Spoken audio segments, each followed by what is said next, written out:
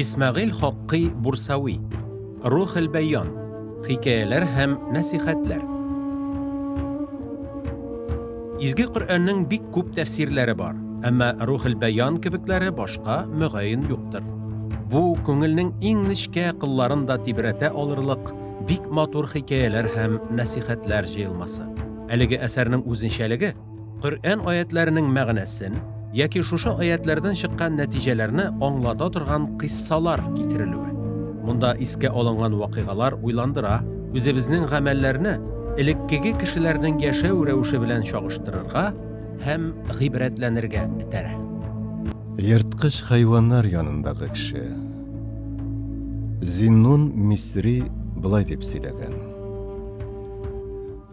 Bir zaman Luqqan taularında yürgende min namaz okuşu bir kişini şırаттım. Anın yanında yırtqıç hayvanlar yataydı. Мен аңа якынлаша башлагач, hayvanlar таралышты. Ә минем килүемне аңлаган кеше намазын тиз генә төгәлләде дә миңа: "Я Әбул Әл-Фәйз, әгәр дә син чиста калепле кеше булсаң, yırtqыч hayvanlar синнән качмаслар иде, ә таулар сине сагыныр иде" дип әйтте. Мин чиста калепле булу дигән сүз нәрсәне аңлата дип сорадым. Bu Allah'ı için gine yaşav. Senin birden bir tilagin Allah'ıga bulurga tiyiş dedi. Nasihat.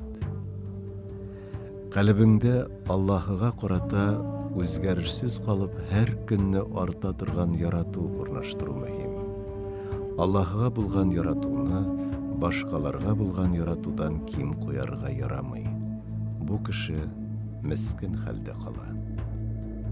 Ruhul Beyan kitabından.